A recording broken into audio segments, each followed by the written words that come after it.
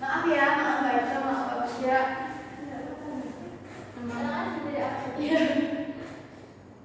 Assalamualaikum warahmatullahi wabarakatuh. Waalaikumsalam warahmatullahi wabarakatuh. We from Group 6. We will present about the evaluation material. First, introduce our member. My name is Anta Tasha. My name is Eka Yulandari. My name is Jawabudara Kusuma. Oke, kita langsung saja. The first material will be delivered by Mbak Tia. The first material of definition of assessment in learning process.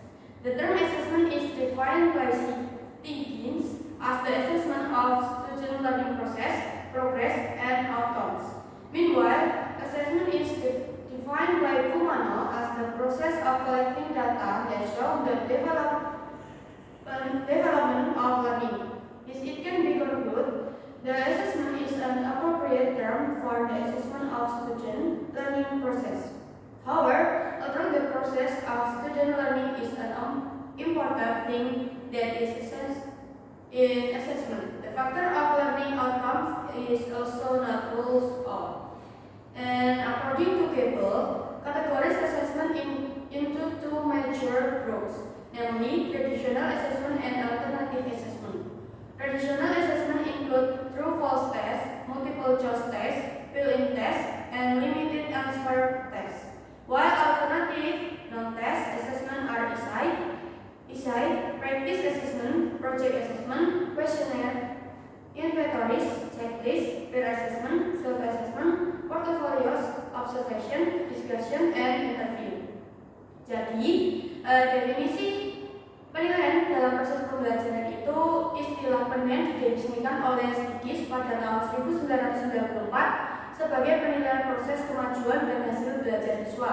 Sementara itu, asesmen didefinisikan oleh Kumano 2001 sebagai proses pengumpulan data yang menunjukkan perkembangan pembelajaran.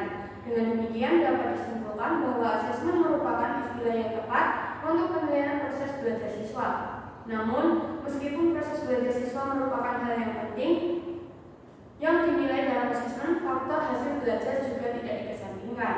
Kalau menurut Gable, mengkategorikan asesmen ke dalam dua kelompok besar, yaitu asesmen tradisional dan asesmen alternatif. Untuk asesmen tradisional meliputi tes benar salah, tes pilihan ganda, tes isian, dan tes dengan jawaban terbatas. Sedangkan penilaian alternatif atau non-tes adalah ESI, penilaian praktik, penilaian proyek, kuesioner, inventory, daftar cek, penilaian antar teman, penilaian diri, portofolio, observasi, diskusi, dan wawancara.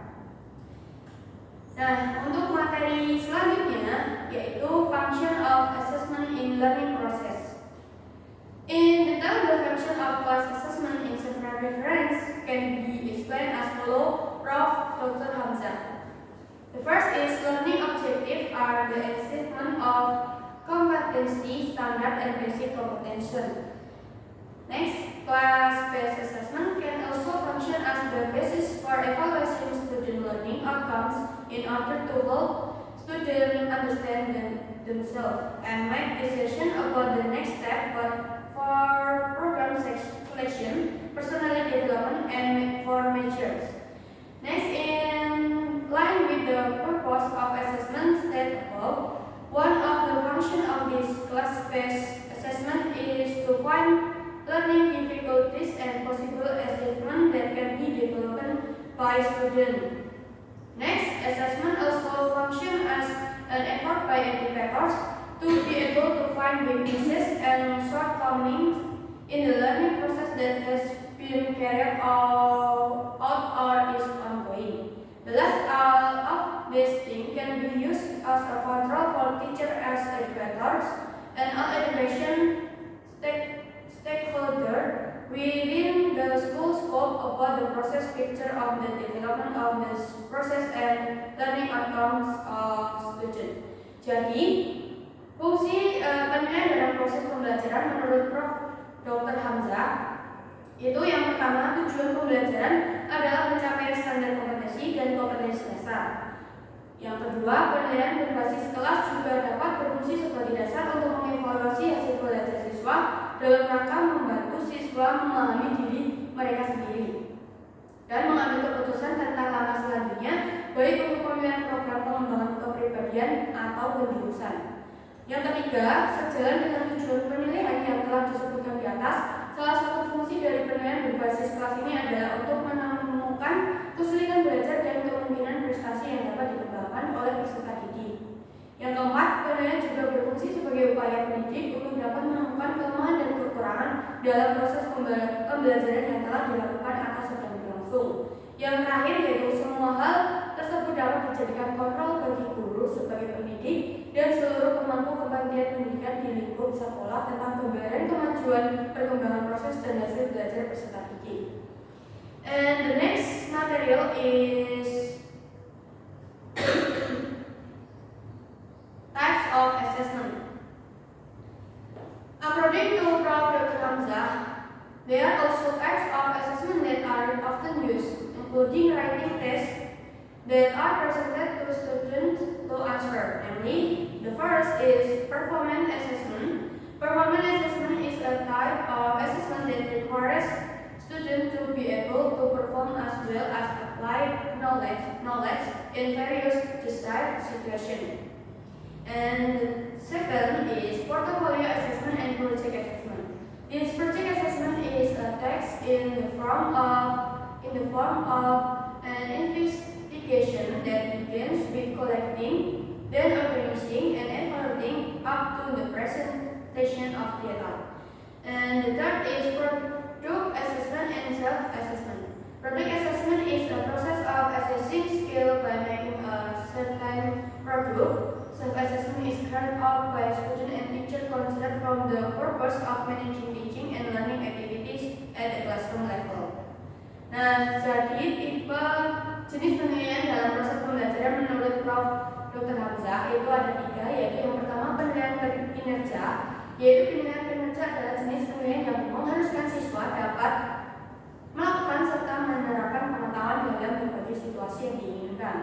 Yang kedua, penilaian portofolio dan penilaian proyek. Untuk penilaian proyek ini merupakan tugas dalam bentuk investigasi yang dimulai dari pengumpulan, pengorganisasian dan evaluasi hingga penyajian data.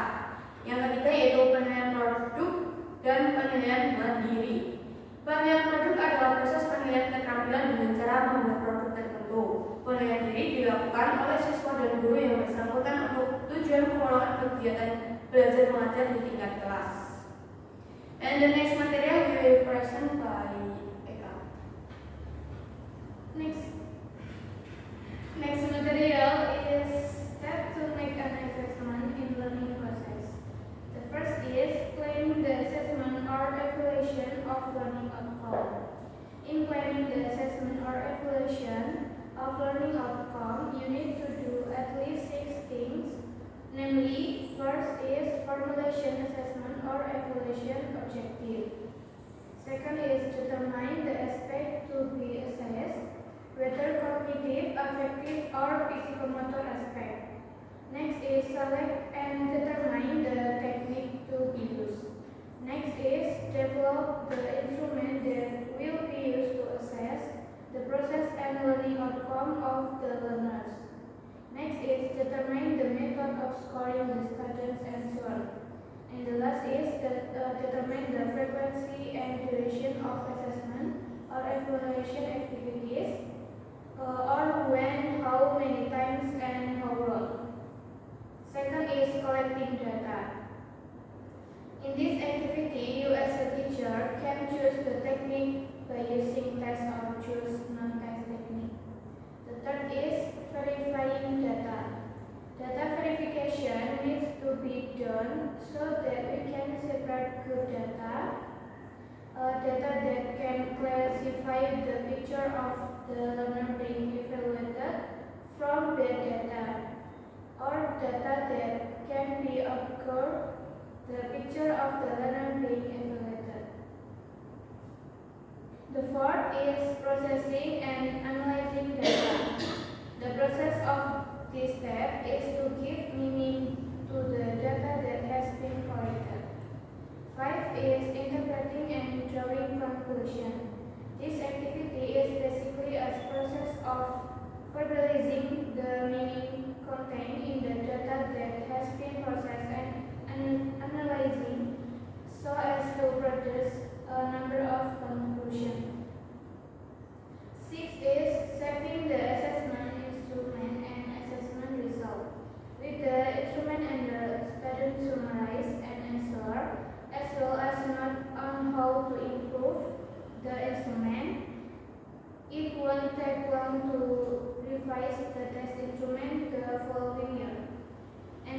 is following up on evaluation result. Based on the data that has been collected, process, analyze, and conclude, you as a teacher or evaluator can make decision or formulate policy as a concrete follow-up to the assessment activity. Jadi untuk langkah-langkah melakukan penilaian dalam proses pembelajaran itu ada 6 step. Yang pertama, merencanakan penilaian atau evaluasi hasil belajar. Dalam merencanakan penilaian atau evaluasi belajar, kita sebagai guru perlu melakukan setidaknya ada 6 hal. Yang pertama, merumuskan tujuan penilaian atau evaluasi, termasuk merumuskan tujuan terpenting dari penilaian. Yang kedua, tentukan aspek yang akan dinilai, apakah aspek kognitif, afektif, atau psikomotorik. Yang ketiga, pilih dan tentukan teknik yang akan digunakan. Bisa menentukan apakah akan menggunakan teknik tes atau non-tes. Dari sejumlah teknik tes atau non-tes yang ada, kita sebagai guru juga masih harus menentukan mana yang akan digunakan dengan memperhatikan karakteristik masing-masing teknik dan memahami beberapa kelebihan dan kekurangannya. Yang keempat yaitu mengembangkan instrumen yang akan digunakan untuk menilai proses dan hasil belajar peserta didik. Beberapa instrumen yang dapat digunakan adalah butir-butir tes, daftar cek, skala penilaian, dan instrumen lainnya. Yang kelima yaitu menentukan metode pemberian skor terhadap jawaban siswa. Dan yang terakhir adalah menentukan frekuensi dan durasi kegiatan penilaian atau evaluasi, yaitu kapan, berapa kali, dan berapa lama. Step yang kedua yaitu mengumpulkan data. Dalam kegiatan ini, sebagai guru dapat memilih teknik tes dengan menggunakan tes atau memilih tes non-tes dengan melakukan observasi, wawancara atau kuesioner dengan menggunakan instrumen tertentu berupa skala penilaian, daftar cek, pedoman wawancara, atau angket. Step yang ketiga yaitu memverifikasi data. Verifikasi data perlu dilakukan agar kita dapat memisahkan data yang baik dengan data yang buruk, yaitu data yang dapat menggabungkan gambaran peserta didik yang dievaluasi. Yang keempat yaitu memproses dan menganalisis data. Tujuan dari langkah ini adalah untuk memberikan makna pada data yang telah dikumpulkan. Untuk memberikan makna pada data yang telah dikumpulkan, kita dapat menggunakan teknik statistik atau teknik non-statistik sesuai dengan datanya. Yang kelima yaitu menafsirkan dan menarik kesimpulan. Kegiatan ini pada dasarnya merupakan proses memverbalkan makna yang terkandung dalam data yang telah diolah dan dianalisis sehingga menghasilkan sejumlah kesimpulan. Kesimpulan yang dibuat tentu saja harus mengacu pada sejumlah tujuan yang telah ditentukan pada awal. Yang keenam yaitu menyimpulkan instrumen penilaian dan hasil penilaian. Langkah keenam ini perlu disebutkan untuk para guru karena dengan demikian mereka dapat menghemat waktu untuk hal-hal yang lebih baik. Dengan adanya instrumen dan rangkuman dari jawaban siswa serta catatan tentang bagaimana memperbaiki instrumen, maka tidak perlu waktu lama untuk merevisi instrumen tes di tahun berikutnya.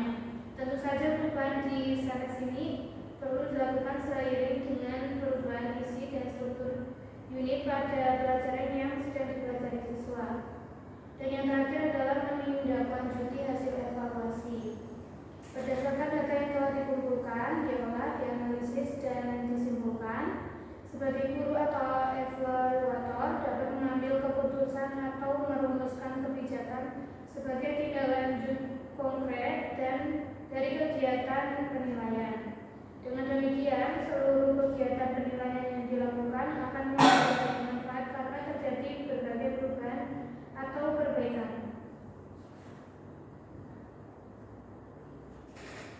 Oke, untuk developing silabusnya, di sini kita memilih untuk tetap sama dalam hal penilaiannya, namun kita membedakan hanya pada hal indikatornya,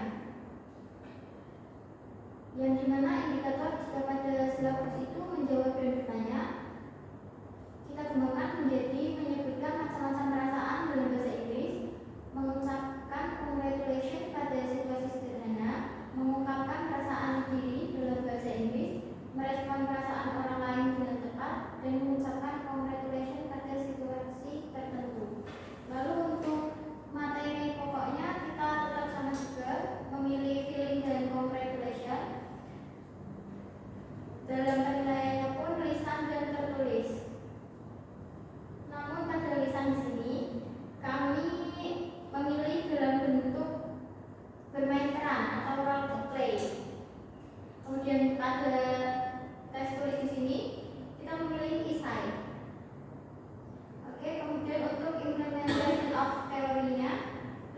objective. First, expressing various feelings correctly in English. Second, expressing one's feeling and responding to the feeling of others verbally. Third, using expression of congratulation in simple situation. Learning materialnya, feeling, congratulation kita memakai link YouTube. Mungkin untuk toolsnya, sini ada LCD, or projector, dan laptop, clipboard, marker, and then speaker. Untuk learning activity, opening, the teacher greet the student and ask them how they are doing, how do you feel today, and then confirm the learning objective for today. And then for main activity, the teacher asks question about feeling and expression of congratulation to student. The teacher explains the material about feeling from a YouTube video that has been prepared in advance. The teacher explained in detail about the topic of feeling and congratulation. The teacher gives a segment related to the material. And for closing activity, the teacher provides reflection and motivation. What new word did you learn today? How do you feel after today's lesson? And then the teacher gives appreciation to students for participating in the learning process. And the last, teacher close class by saying salam.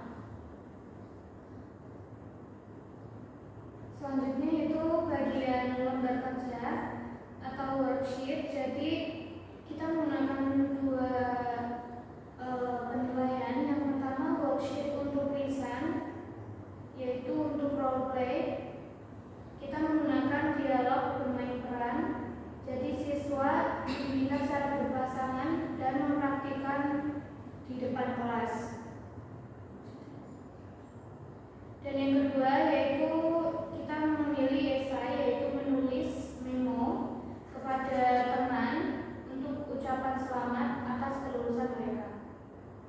Penilaian kita dari tes tersebut, yang pertama untuk yang lisan itu kita ada 4 aspek. Yang pertama keterampilan interaksi, yang kedua kesesuaian kosakata, yang ketiga kefasihan, yang terakhir ekspresi gagasan. Untuk penilaiannya yaitu skor maksimalnya 16 sesuai dengan skornya. Apabila skor yang didapat itu antara 1 sampai 4, itu perlu bimbingan. Apabila skornya 5 sampai 8, itu sudah cukup. Apabila skornya 9 sampai 12, itu nilainya baik. Dan apabila skornya 13 sampai 16, itu nilainya sangat baik. Untuk yang kedua yaitu yang tulis atau memo ucapan selamat, kita mempunyai 4 aspek juga. Untuk yang aspek pertama kesesuaian isi, yang kedua struktur bahasa, yang ketiga mengenai kosakata, dan yang terakhir mengenai kerapian tulisan. Skor yang digunakan sama dengan yang lisan tadi, yaitu skor maksimalnya 16. Sama seperti yang di lisan, apabila 1 sampai 4 perlu bimbingan, 5 sampai 8 cukup, 9 sampai 12 baik, 13 sampai 16 sangat baik. Evaluation in learning is the process of measuring, assessing, and determining the extent to which students understand the material they have learned. For the feeling and congratulation material, the evaluation objectives are: first, assessing mastery of material, measuring student ability to understand vocabulary related to various feelings, example happy, sad, and angry. Kemudian determining whether students are able to use congratulatory expression in simple situation. And second, to practice self-experience skill. Dalam praktik self-expression skill ini ada tutorial student to write and express their feeling in English. Kemudian to accustom student to respond to situation with appropriate expression, both verbally in writing. And third, to develop language skill. Dalam develop language skill ini ada to develop student speaking, writing, and reading skill in the context of expression, feeling, and giving congratulations. And fourth, as a basis for improving learning. The evaluation results are used by teacher to identify areas that still need improvement, determining whether the material can be continued to the next stage or need to be repaired.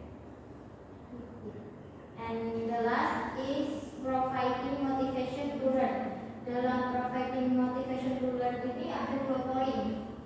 Yakni yang pertama, providing student with the opportunity to assess their own abilities, and then providing a successful experience through questions that are appropriate to their level of ability. The next is reasoning for choosing learning material. The selection of feeling and congratulation material for grade 6 student is a decision based on consideration of psychological development, student socio-emotional needs as well as conformity with the learning outcomes in the applicable syllabus. At this stage of development, children begin to have more complex emotional awareness. They are not only able to feel emotion, but also begin to learn to recognize, understand, and express their own and others' feeling more openly and appropriately. Therefore, feeling material are very relevant to help students develop language skill in emotional context, such as expressing feeling of happiness, sadness, fear, anger, or confusion. This activity support character building and important social skills such as empathy and self-awareness. Meanwhile, congratulations also play an important role in language learning and character education. By learning congratulation expression in English, students are trained to give appreciation to the success of achievement of others, both in academic context and everyday life. This is in line with the positive cultural values to be instilled in primary school, such as mutual respect and support. Jadi alasan kita memilih materi pembelajaran untuk siswa kelas 6 SD ini tentang feeling dan ungkapan selamat ya, dikarenakan didasarkan pada pertimbangan psikologi, kebutuhan sosial emosional siswa, serta kesesuaian dengan capaian pembelajaran dalam silabus yang berlaku. Pada tahap perkembangan ini, anak mulai memiliki kesadaran emosi yang lebih kompleks. Mereka tidak hanya mampu merasakan emosi, tetapi juga mulai belajar mengenali, memahami, dan mengekspresikan perasaannya sendiri dan orang lain secara lebih terbuka dan tepat. Oleh karena itu, materi feeling sangat relevan untuk membantu siswa mengembangkan kemampuan berbahasa dalam konteks emosional seperti mengekspresikan perasaan bahagia, sedih, takut, marah, atau bingung.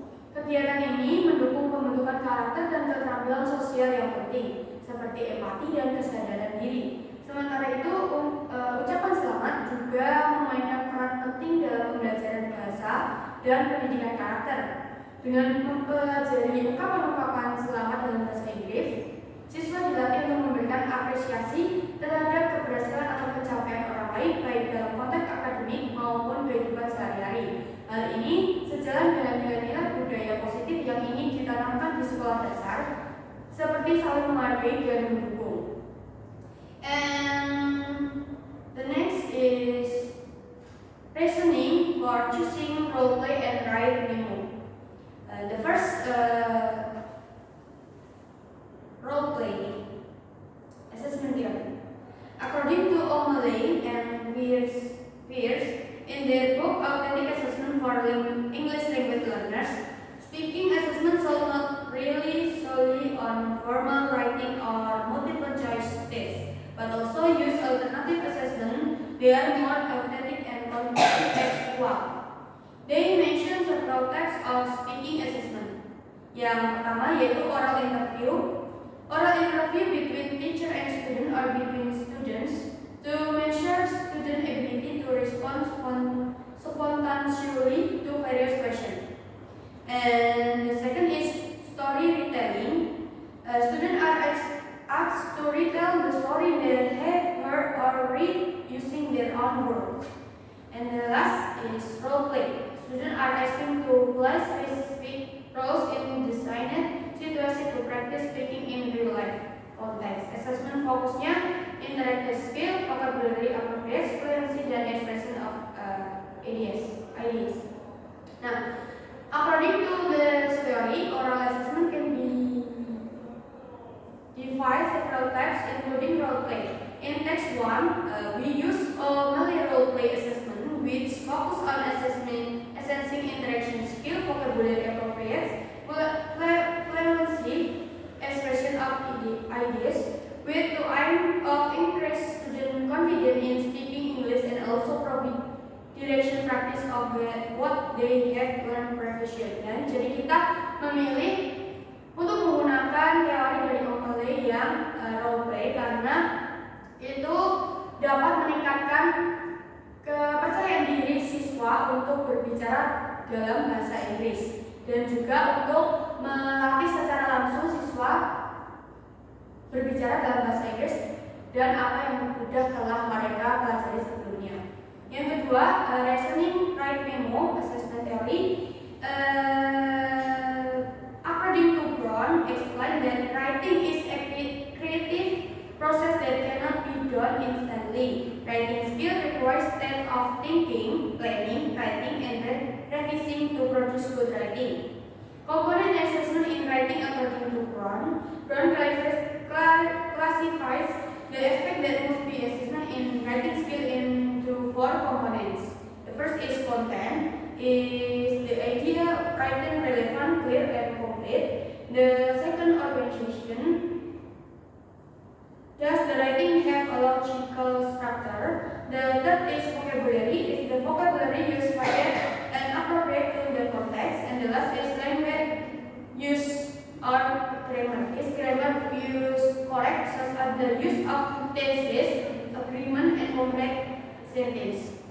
Now, according to Brown theory of writing assessment criteria, we choose this theory because it relates to learn activities that are in line with the basic competence in the syllabus. We have choose and cover the appropriate aspect of assessment of writing. Nah, jadi kita memilih teori Brown dikarenakan untuk assessment writing memo dikarenakan berhubungan dengan kegiatan pembelajaran yang sesuai dengan kompetensi dasar dalam silabus yang telah kami pilih dan mencakup aspek-aspek penilaian yang sesuai dengan dua tulisan. Conclusion. In summary, evaluation is an essential component in the learning process as it functions to measure and assess student abilities, progress, and learning outcomes. From evaluation, teacher can determine whether students have mastered the material and achieved the expected competence. And for the material, filling and comprehension, evaluation aims to measure student understanding of vocabulary related to feeling and their ability to use congratulatory expression appropriately in both spoken and writing form. It also serves to strengthen students in expressing themselves and improve their language skills in practical and contextual situations. The implementation of role-play